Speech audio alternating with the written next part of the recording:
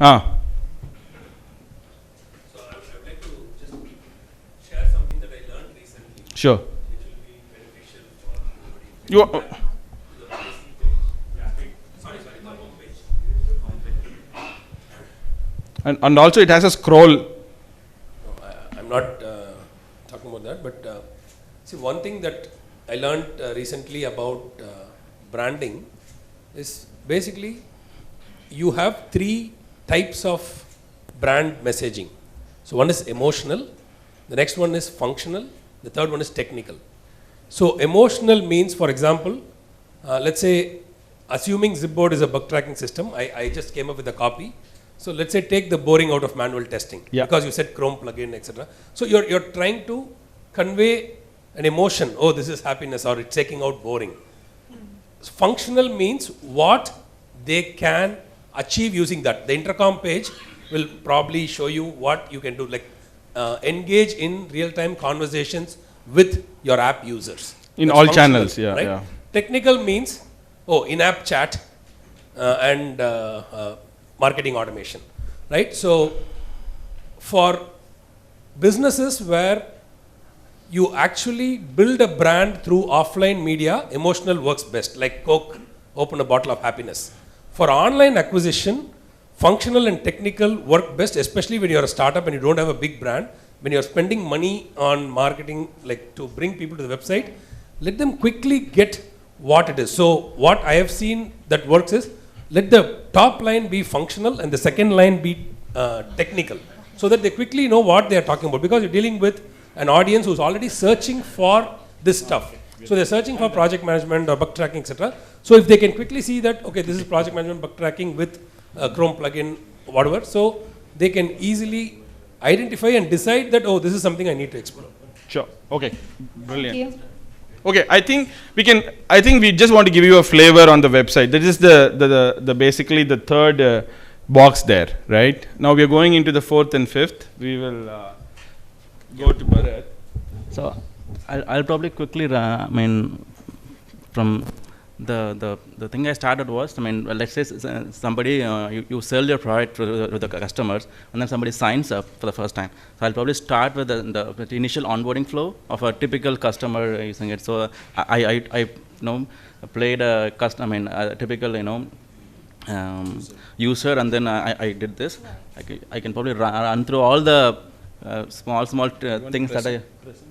If you present it, then it goes full screen and then it's explained. It's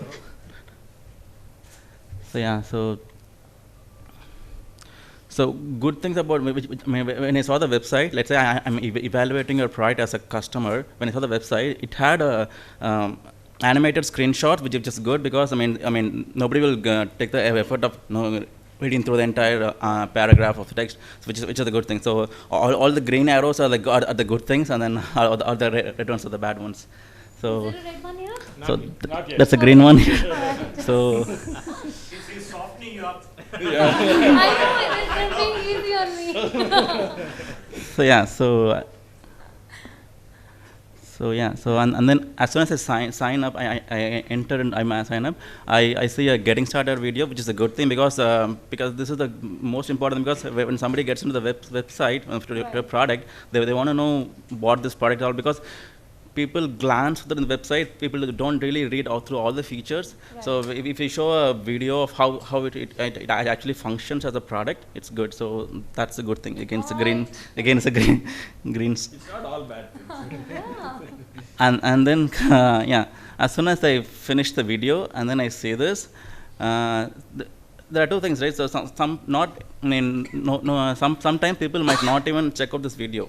So for people who don't check out the video, so you might probably have like one default project setup, so that when somebody sees the product, and they may learn by they will learn by doing it, right? Like a sample project. Yeah, sample project. So that's missing here. So if that was there, I would have simply clicked on that, and then I would have explored it. And so I clicked on create new project. So this is a very general tip for any form layouts. So whenever you open this is a very universal. It's a form, best practice in form. So if you open a pop-up or any form page, focus on the first field so that I can start You can type. typing, because Oh, it doesn't? it doesn't. So Do it's, it. so it's Yeah. very useful. So yeah. Simple things, but yeah. And then the second. Yeah, so the star is very tiny. It's very difficult to even see it's there. So it should be a little bit. So the next time, as soon as after I create a project, so you show the screen, invite your team, and then you say add collaborators. But then, if you have kept the form field open, as in like a form where I can enter the name of the user and then start working, so it's better, because at this point you know that there is no collaborators in this. So to even kickstart, I need collaborators in the project. So instead of having a button click and then go to the Right. different page and adding, so this will Just stop that one step. One click, okay. But actually, I would even say you need to ask whether you need this step, because to get the shortest path to wow, you can even skip this step. Yeah, you can do. As soon as I see a recording and then file a ticket, then I can invite a collaborator. That's true, yeah. Yeah, there- you mean yeah. you don't have to say. Okay, all right. So yeah, so the next one is this is a good one, because I mean you let me just enter a URL and then you get into, because I think that's your product itself. So I think Right. it's a good one. So Is the two, can I ask a Yeah, question though? I didn't Two try the call second. to actions, is it, that is fine, because I mean yeah. So people who don't have the e-learning way of working, they'll probably right, stick to they the will URL. add the URL. So the next one is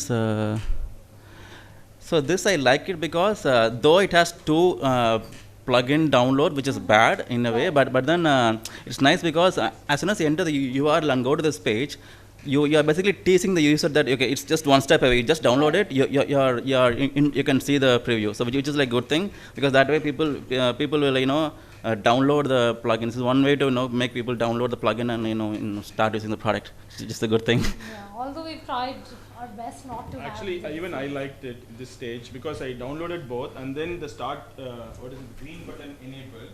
It was very good actually. Okay. It wasn't very difficult at all. This Okay. part I really liked. Great. Yeah.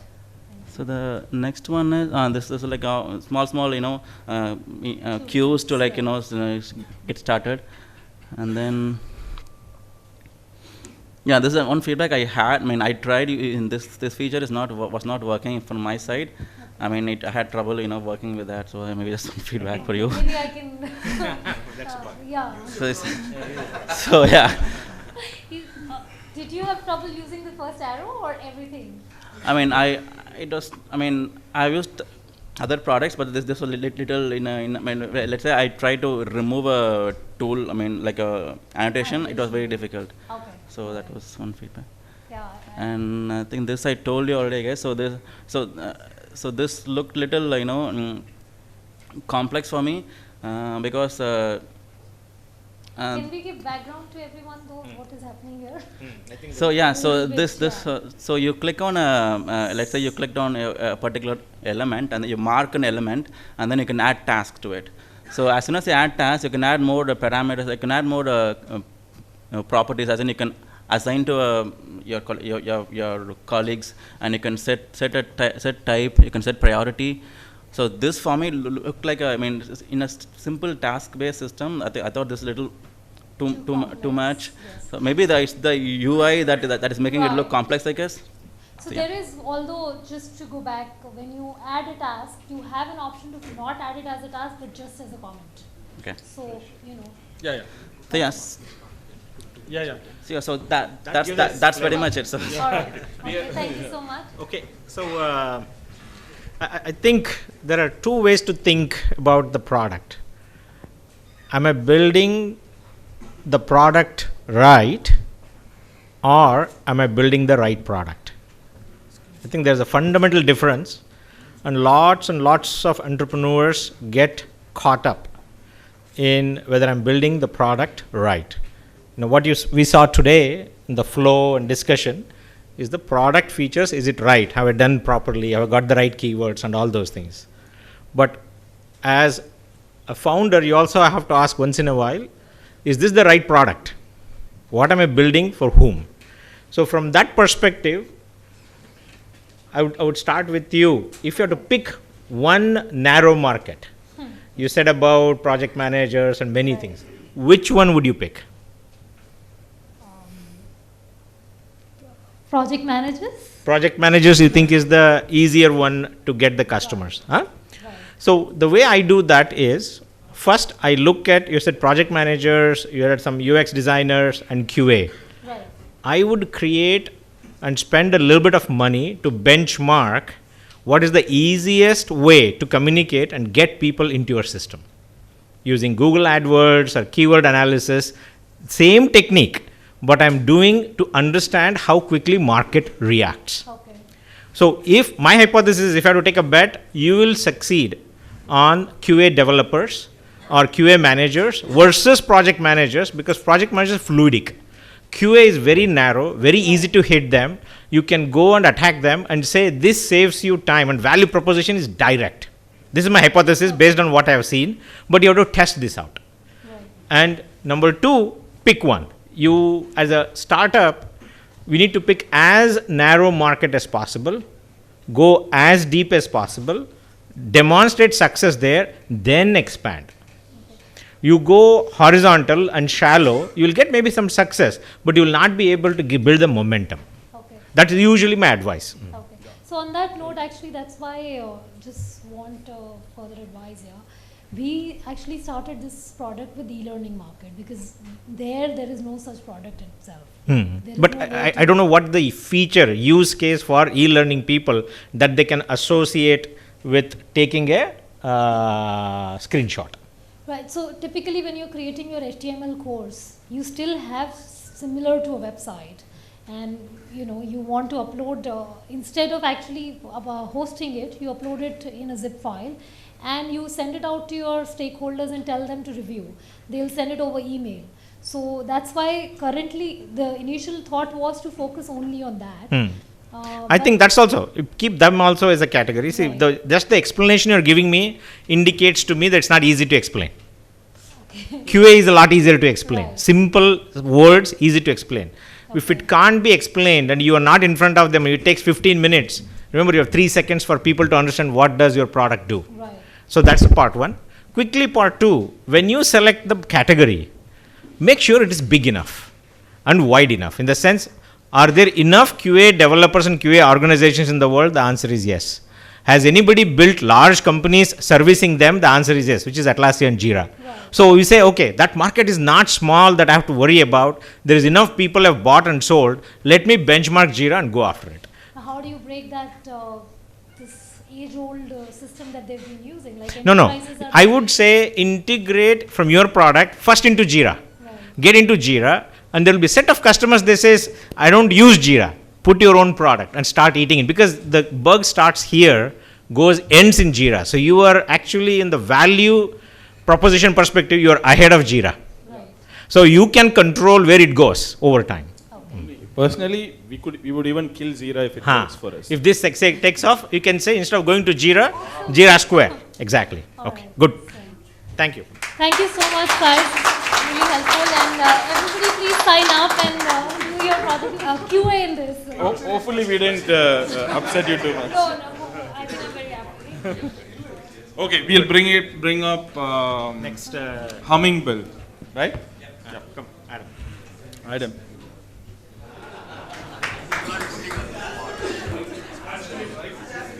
Emotional.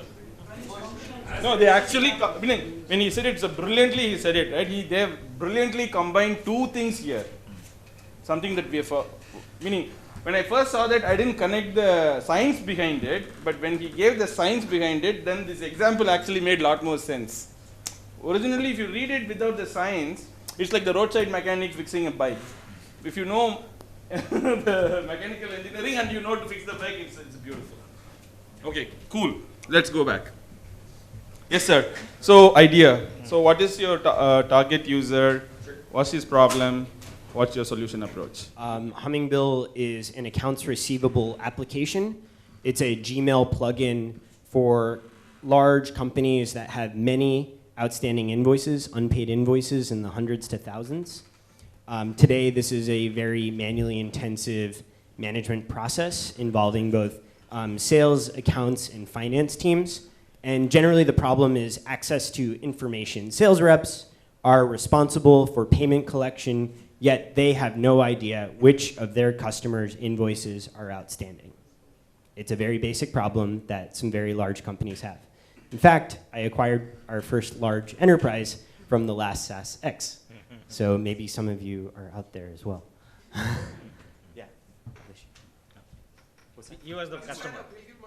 Pardon me? Who is it? It's Capillary Technologies. Yeah, Anish was here. And there's an investor of Capillary Technologies who is raising his hand that yours also. Oh, okay, great. All right, let's talk offline. Perfect. And Suresh. Keep coming to SaaS. I told him even we have the same problem. So yeah, I think, I don't know, most of you, if you're collecting large amounts of invoices, right, you will appreciate the problem that you will face. Many customers pay a credit card, but then you also have manual invoices, followed up, collected, and all that stuff, right? So the question is, who's your, I'm looking at the second box in that infographic we created. Who's your ideal target user? Okay, So you said so like our salesperson, persona- actually, Yeah. as you explained. Is that the right one, or? Hold No, mic. so our target customer, like within the business, is the CFO. They're the ones at the end of the day that they are calling the shot on the tools used. But as far as like everyday users, it's finance team, accounts team, sales staff. You're looking at accounts receivable team. Correct. Yeah, but that includes sales reps as well, because in a lot of companies,